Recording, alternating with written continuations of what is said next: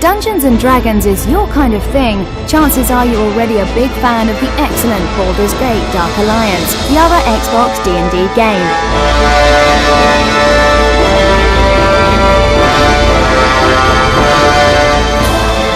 In Heroes, you go on quests, enter dungeons, slay monsters and collect treasure, and you'll soon realise that this isn't so much a pastiche of Dark Alliance as exactly the bloody same, right down to the gorgeous rippling water effects. But Heroes does make use of the all-new 3rd edition D&D ruling system to help capture the tabletop role-playing game feel of the original. This clearly works well for the multiplayer mode, creating a distinct D&D flavour as you cleave your way through orcs, trolls and zombies with your fellow team members, avoiding traps and swapping weapons as you go.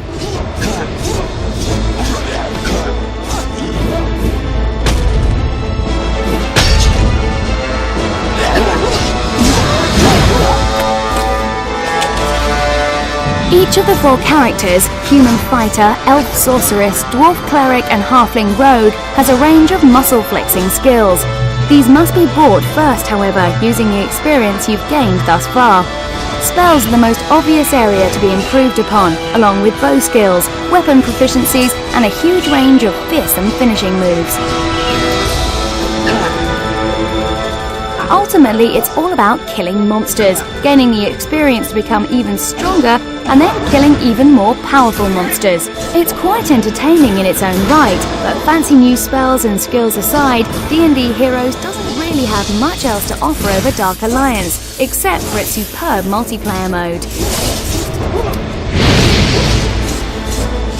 It's a joy to pick up if you've got the friends to spare, but as a solo effort it's less appealing and soon becomes tiresome. Atari should have made it playable on Xbox Live too, but since they didn't bother, our affection towards this soulless button basher has slightly lost its warmth.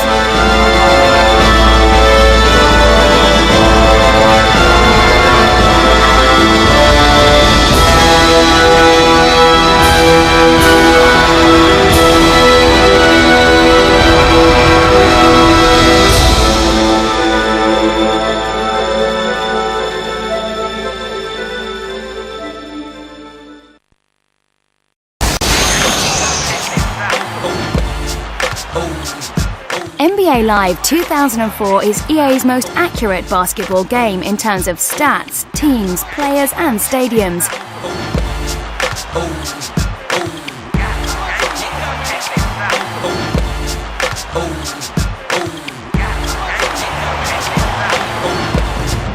Second shot is good. You can pick an official team and play a full season, head back in time and pick old lineups in the Dynasty mode, or build a team of fresh-faced college beanpoles right from the off, as NBA Live 2004 boasts more players than any of its closest rivals. With the pull-up, shot clock is down to 5. This is from just inside the arc. Counted for 2. As for the gameplay itself, the pace is as fast as you would expect, and selecting individual players is fluid enough and hassle-free. The opposing player is a tough shot. I like the way the crowd cheer when I lay it up. Unlike EA Sports, I'm in the game and play it tough. I'm about to take it to the hoop. There should be no shortage of transition baskets. These teams both rely on. The FIFA-style passing system, which highlights potential receivers with button icons, is used to good effect, and there's some genuinely rewarding tricks to be mastered. I got house, watch me dunk it in your grill. Ask anybody about me, they gon' say he got skills when I'm on the field. It's all respect. Half-court shot switch, look nothing but net. The replay option is simply stunning and even beats FIFA in terms of how detailed each player looks. Dive.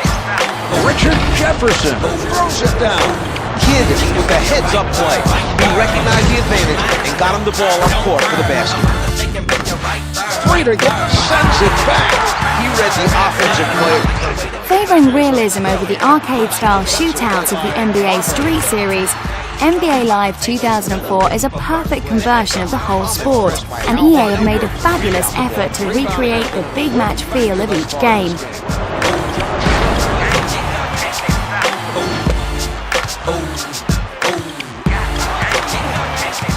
If you really enjoy the sport of basketball, then this is the most playable and authentic game to date.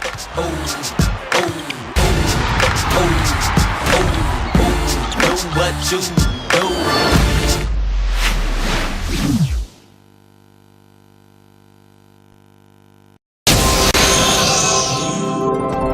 Let's roll! Previous Simpsons outings have always copied popular gaming themes and inserted the most popular animated family in history. Simpsons Road Rage, for instance, jumped onto the Crazy Taxi bandwagon, and Simpsons Skateboarding was a blatant Tony Hawk ripoff.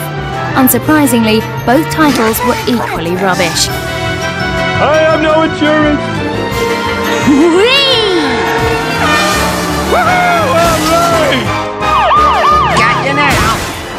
Next up for replication is the whole GTA Vice City thing, and Hit and Run allows you to drive around and generally cause mayhem by stealing school buses and running over innocent pedestrians. Bartman. I didn't do it.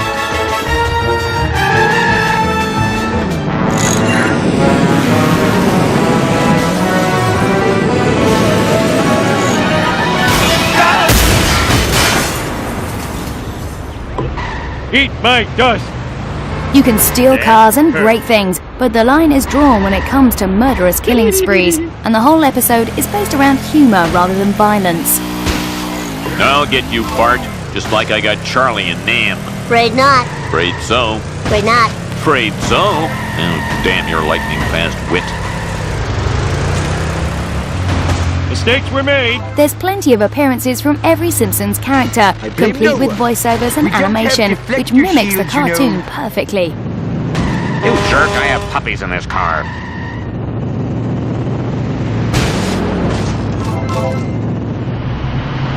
As soon as I'm done scratching myself, you're history. What's more, this basic romp through Springfield is a genuinely amusing game with plenty of in-jokes and easy challenges for younger or more casual gamers. Homer hates losing! Homer smash! This is the worst.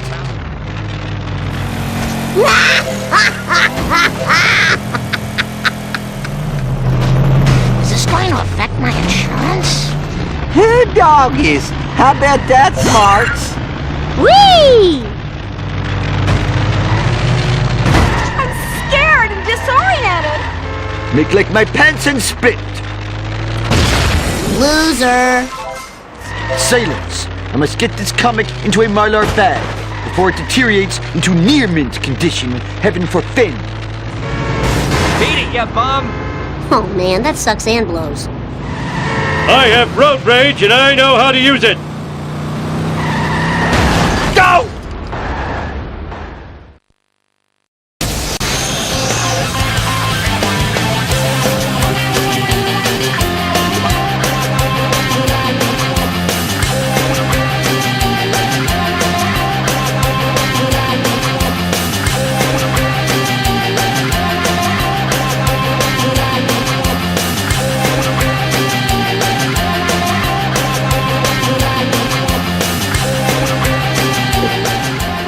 According to publisher IDOS, backyard wrestling is a controversial and shocking US phenomenon, and quite right they are too. Stare in disbelief as rough peroxide blondes prance around in someone's back garden, throwing overweight men into garden furniture, smashing dustbins into people's faces, and then peeling their kit off at the end of it all. And they call this sport? You're going home a loser, love. Yes, the humble backyard has now become the optimum venue for all kinds of morally borderline antics, and the whole phenomenon is so sensationally wrong. As an inspiring young wrestler, you have the chance to take on some of the dirtiest fighting wrestlers in the cheaper side of entertainment. And while it's labelled a wrestling game, Backyard is more akin to a fighting game with grappling elements thrown in for good measure. A 3-step height system determines which maneuvers you can perform, depending on your current position. Jump off a table, for example, and you'll crush your foe with a simple leg drop.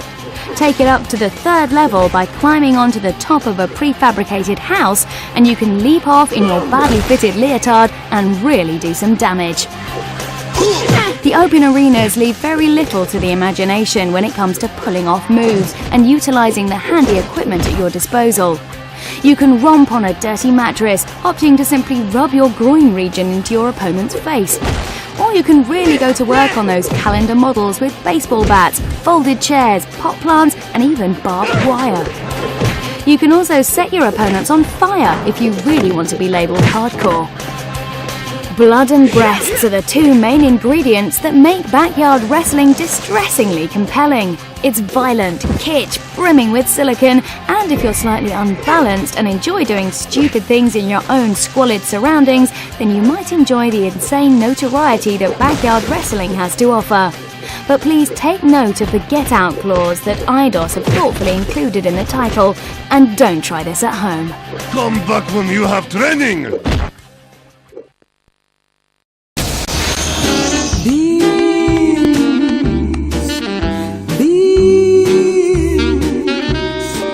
I am Madame Charmaine, your creator. Find me before it's too late. I am in the clutches of Cosmo the Inscrutable. Remember, you are a voodoo doll, so many dangerous things will not hurt you. Just beware of evil magic. Cosmo and his monsters can do you great harm. Gather all the zombie dust you can. Defeat all the monsters you can. I will try to help through the link we share, but all depends on you, Vince. Okay. Holy internal organ damage! Voodoo Vince is all about kicking your own tattered voodoo doll hide to achieve victory as you embark on a quest to find the whereabouts of your missing keeper, Madame Charmaine. We have some lovely parting gifts. With typical platforming flair, Vince can punch, spin, slam and double jump his way around the New Orleans-styled areas, collecting magic orbs to power up his voodoo meter and spell pages to help conjure up the necessary powers.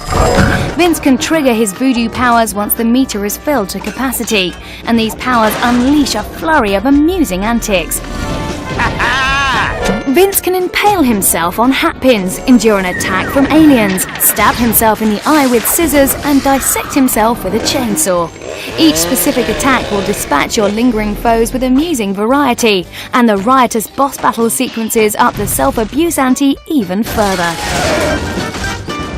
The whole outing oozes character, with its twisted, sarcastic humour, and the cranky level design is far removed from the standard set of blocks and obstacles which most platformers construct a lesser challenge around.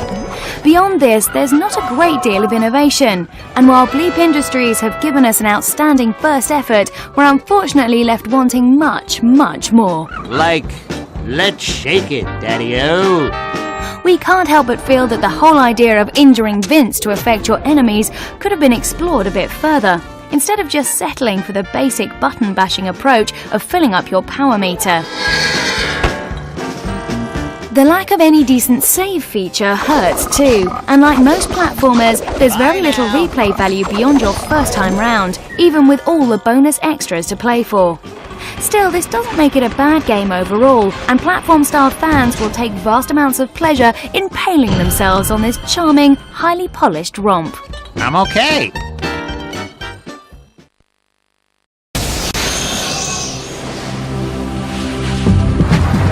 You're tuned to Radio Big.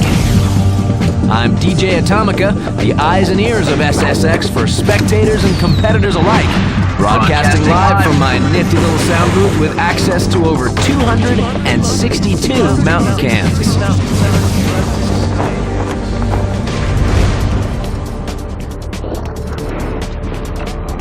XIII is all about the mountain and the freedom to explore any part of it. One giant peak that even St. Edmund Hillary himself would have second thoughts about, transformed into the biggest powdery white playground known to man. Bonding with the big time! But big doesn't always necessarily mean better, which is why XIII wisely splits each peak into smaller, more manageable chunks.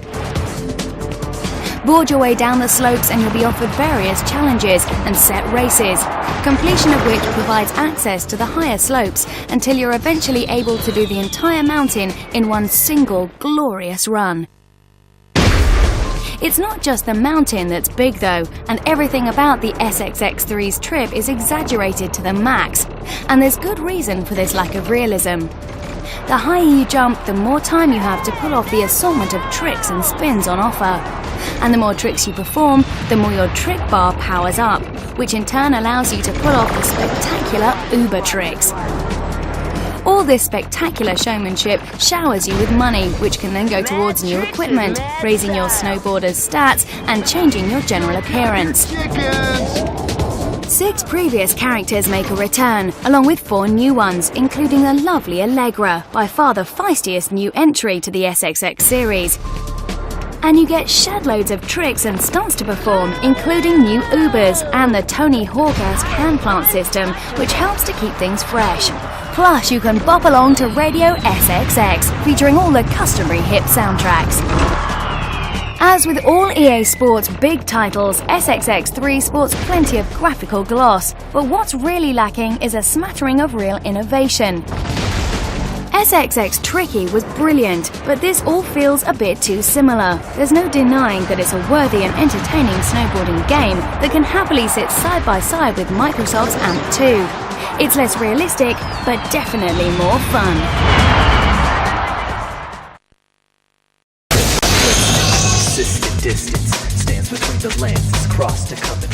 Whatever your gaming preference, you can't deny that the Tony Hawk series is one of the most entertaining extreme sports experiences ever devised.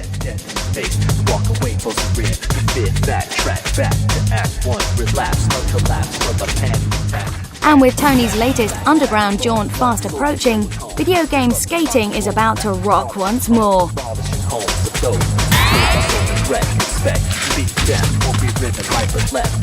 Or, in the case of Ubisoft's rolling, roll along, then fall over legs akimbo.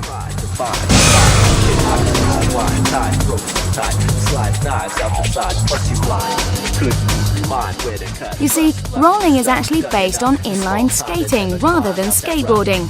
But every aspect, from the skatepark editor, tricks, challenges, and even the option to customize your skater, is culled directly from the Tony Hawk series. Even the tried and tested controls have been adopted badly. In fact, the only thing that's missing is a skateboard.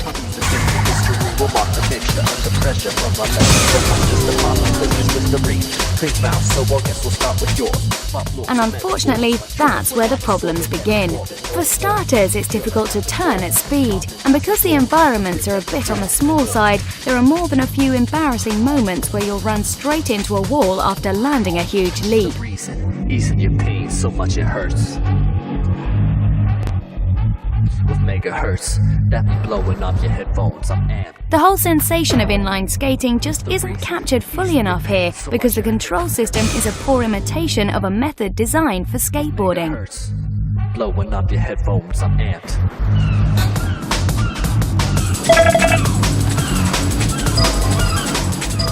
When it comes to tricks, the most spectacular sequences sees your skater leap, enter the fetal position and spin around a bit. It's hardly the most jaw-dropping of feats, and in a final bid to appeal to Tony Hawk fans and make roller skates seem cool, there's a huge amount of licensed gear and a half-decent soundtrack.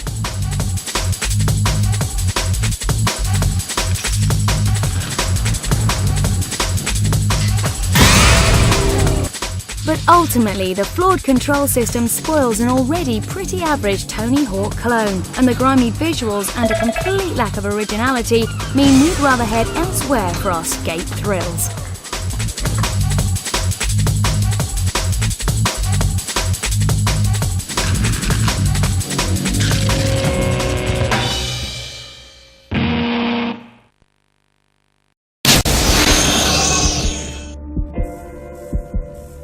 It's taken a while, but 13's comic book chic has finally won us over, with a finely tuned story, gameplay clues, and good old-fashioned violence. Not only has Mr. 13 lost his memory, but he's also officially dead, according to the FBI, who've just arrested you for murdering the US president. We're not going to pretend we understand it all, but the twists and turns and the way the plot's revealed in bite-sized flashbacks are superb and make a huge difference to the atmosphere. If it wasn't for the swish animated style and superior storytelling aspect, 13 would be a pretty regular trip. You run, you shoot, you solve puzzles, and the mission objectives soon become unbelievably familiar as you seek out fuses for electrical devices and end up doing what you've done countless times before in virtually every other shooting game imaginable. Don't move! Don't hurt me! The controls are also as standard as the problems you face. Moving about and shooting with accuracy can be a little cumbersome at times, and selecting items via the D-pad can be a bit sluggish, so you can expect to die a few times as you fumble around for a health pack in the heat of battle.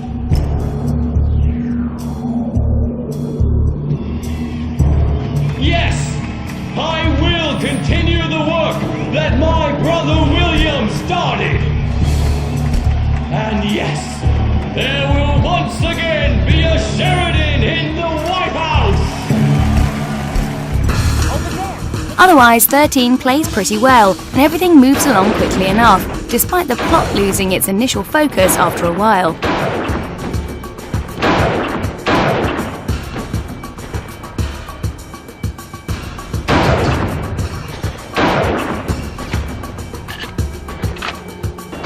The standard stealth radar is replaced by a much more stylish device which illustrates your enemy's footfalls, showing you which way they're heading.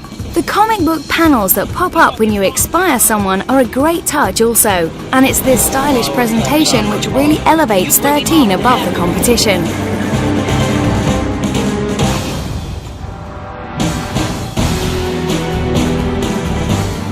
Everything from the sinister storyline to the action is given a fresh lick of paint thanks to those distinctive cel-shaded graphics and comic book reference. 13 is definitely one of this year's most stylish games for sure, and the comprehensive multiplayer and Xbox Live options help lift the game further from the shoot-'em-up norm.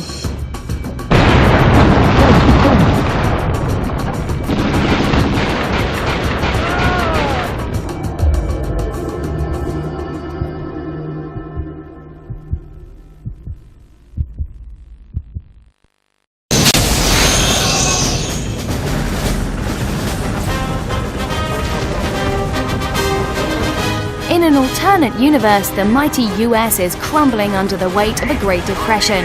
Microsoft has done away with roads and thieving airborne criminals rule the skies.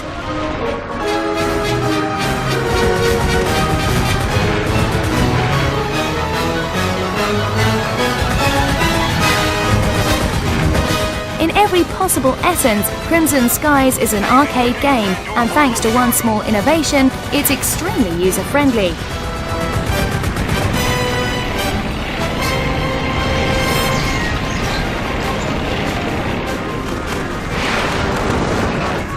You take to the skies and avoid crashing into things by bending around the analog sticks. There's a turbo option to make use of if you're brave enough, but that drains away your special power meter.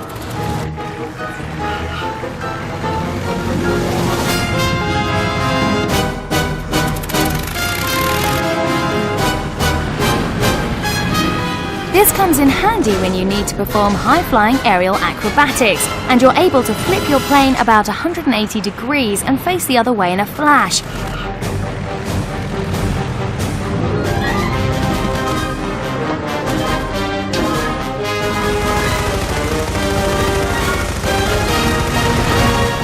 This helps loads and really cuts down on the aimless spinning about of most aerial combat games. As Nathan polices the skies, your sidekick at Base of Operations will update you on mission objectives. These often involve the reclamation of stolen Zeppelins or tracking down some good-for-nothing pirate.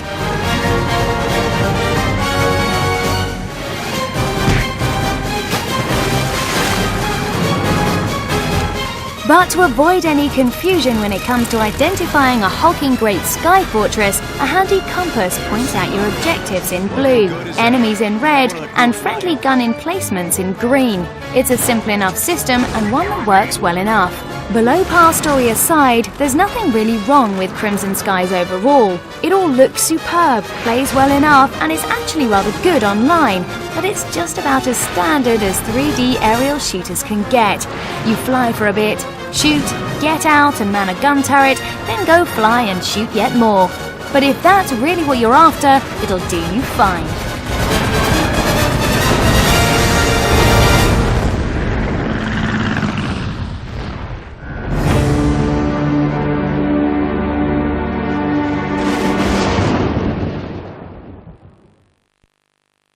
Doesn't disappoint. Its strict adherence to the Tom Clancy universe is actually good fun for once, opting for a more arcadey feel that does just about everything right.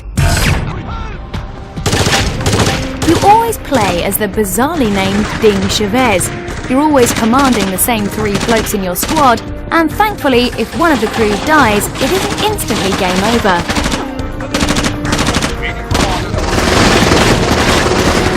Lose a man and you carry on until Ding Chavez himself is wasted, and you can go it alone as the sole surviving team member if need be.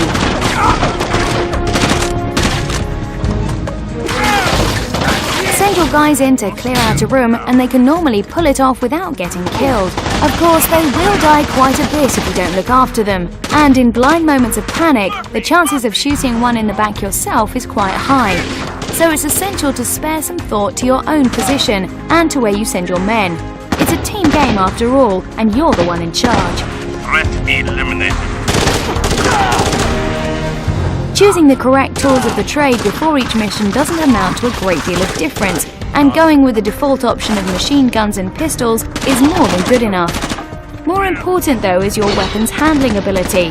Fire off a machine gun and the recoil knocks you all over the place, so using short controlled bursts is needed. Or you could pick a less accurate gun with less recoil. That part's up to you.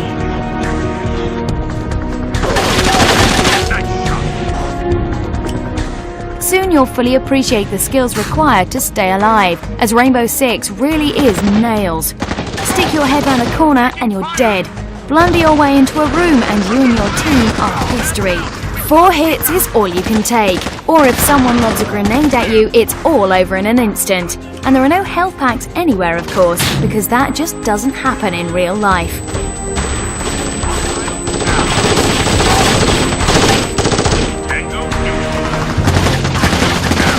The missions themselves are a little on the uninspiring side. The first 4 are hostage rescue and bomb disposal affairs, and each scenario presents you with harder enemies and then harder enemies still. They do react unpredictably to your sounds though, and while you're gunning away in one corridor, they're lying in wait, blissfully unaware of your presence just around the corner.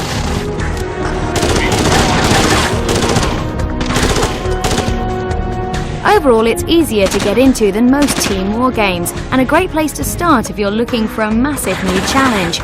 Yes, it's bloody hard, not half as bad as Splinter Cell mind, and you'll need to take it slow to avoid instant death. But once you've overcome this minor hurdle, you'll find an impressive, accessible shooter that offers more depth than most, and it comes fully loaded with Xbox Live.